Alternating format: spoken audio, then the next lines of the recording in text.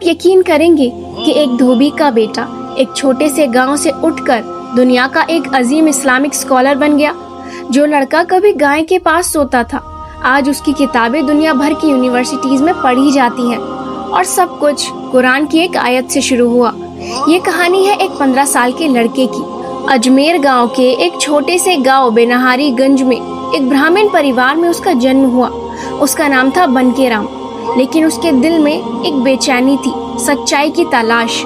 وہ بچپن سے ہی سوچتا تھا کہ سبھی دھرموں کے راستے ایک ہی منزل تک لے جاتے ہیں۔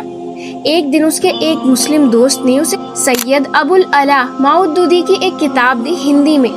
اس نے اس میں ایک قرآن کی آیت کا ترجمہ پڑھا، اللہ کے نزدیک صرف اسلام ہی دین ہے۔ یہ آیت سن کر اس کا دل جھنجھوڑ گیا۔ اس نے سوچا، گیتا، رامائن سبھی بھگوان تک لے جاتے ہیں نا، تو اسلام کیوں الگ کہہ رہا ہے؟ وہ کنفیوز ہو گیا۔ اپنے دھرم کے سپورٹ میں لکھنا چاہتا تھا، اس لیے کئی ہندو اسکالر کے پاس گیا، لیکن کہیں سے سکون نہیں ملا۔ جتنا وہ اسلام کو پڑھتا گیا، اتنا ہی اس کا دل اس طرف کھینچتا گیا۔ پھر ایک دن اس کے ہاتھ لگی خواجہ حسن نظامی کی ہندی تفسیر قرآن کا ترجمہ۔ وہاں اس نے وہ آیت پڑھی جس نے اس کی زندگی ہمیشہ کے لیے بدل دی۔ جن لوگوں نے اللہ کے سوا دوسرے کو اپنا مالک بنا لیا ہے، ان کی مثال اس مکڑی کی جیسی ہے جو جالا بنتی ہے، اور سب سے کمزور گھر مکڑی کا ہی ہوتا ہے۔ کاش یہ لوگ سمجھ پاتے۔ اس آیت نے اس کے دل کو رلا دیا۔ اس نے سمجھ لیا دنیا کے سارے سہارے جھوٹے ہو سکتے ہیں، لیکن اللہ کا سہارا سب سے سچا ہوتا ہے۔ اور پھر صرف 16 سال کی عمر میں بنکے رام اسلام قبول کر لیتا ہے، لیکن زندگی آسان نہیں تھی۔ اس کے ماں باپ اور پریوار نے اسے دھرم چھوڑنے پر دھمکی دی۔ اس کے ماں باپ نے کہا، جب تک تم ہندو دھرم میں واپس نہیں آتے، ہم تم سے بات نہیں کریں گے، نہ کچھ کھائیں گے اور مر جائیں گے۔ اس کا دل ٹوٹ گیا۔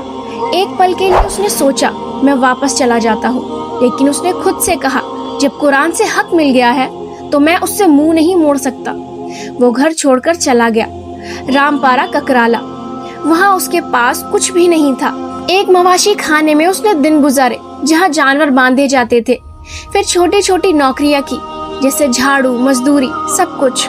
وہاں اس نے اردو سیکھنا شروع کیا۔ جماعت اسلامی نے اس کے جذبے کو پہچانا اور اسے تمل ناڈو کے جامعہ دارالاسلام بھیج دیا۔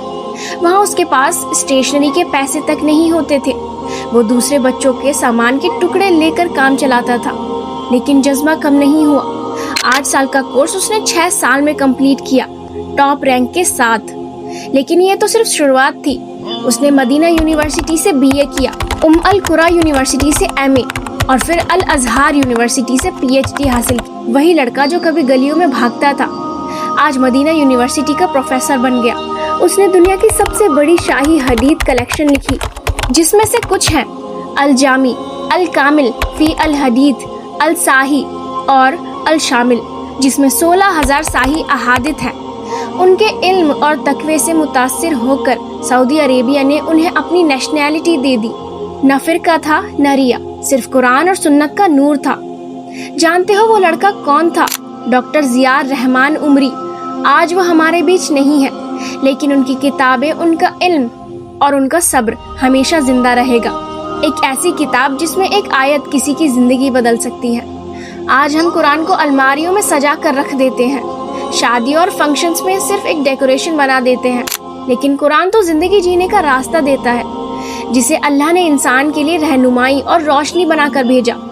یا اللہ، ہمیں بھی قرآن کو سمجھنے کی توفیق دے، ہمیں علم کا نور دے، ہمیں ریا، تکبر یا گمراہی سے بچا لے، ہمیں وہ صبر، وہ جذبہ اور وہ صدق دے جو تو نے ڈاکٹر ضیاء الرحمن عمری کو دیا تھا، اور ہمیں ان جیسا دائی، طالب علم اور بندے بننے کی توفیق عطا فرما۔ آمین۔ اگر اس کہانی نے آپ کا دل چھو لیا ہو تو اسے شیئر ضرور کرے، تاکہ قرآن کا یہ نور اور لوگوں تک پہنچ سکے۔ اور اگر آپ چینل پر نئے ہیں تو ضرور سبسکرائب کریں، کیونکہ یہ چینل صرف کنٹینٹ نہیں، حق کی روشنی پھیلاتا ہے۔ اور ایسی ہی اور اسٹوریز اور باتوں کے لیے پلیز سبسکرائب کریں نور اسٹوریز۔